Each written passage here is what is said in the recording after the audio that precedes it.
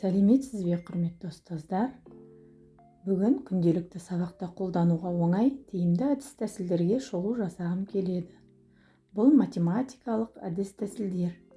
Жеке, жұппен, топта, сыныппен орындауға болады. Математикалық есеп әдісі. Мұғалім математикалық есеп құрастырады. Есептің шыққан жауабы тақырыппен байланысты болу керек.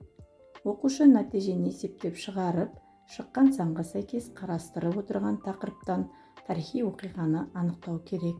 Мысал ретінде моңғол-татар шапқыншылығы тақырыбын келтіріп отырмын. Екінші, жылдар сөйлейді әдісі. Мұнда мұғалім тақырыпқа байланысты тек қана жылдарды жазып қояды. Оқушы оқиғаны анықтап айтады. Үшінші, сандар сөйлейді әдісі.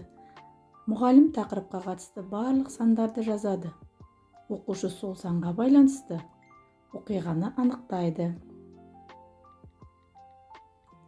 Сабақта бұл әдістер арқылы оқушылар жылдарды, оқиғаларды есте сақтайды. Тақырыпты саралауға үйренеді. Зейін қойып тыңдағандарыңызға рахмет.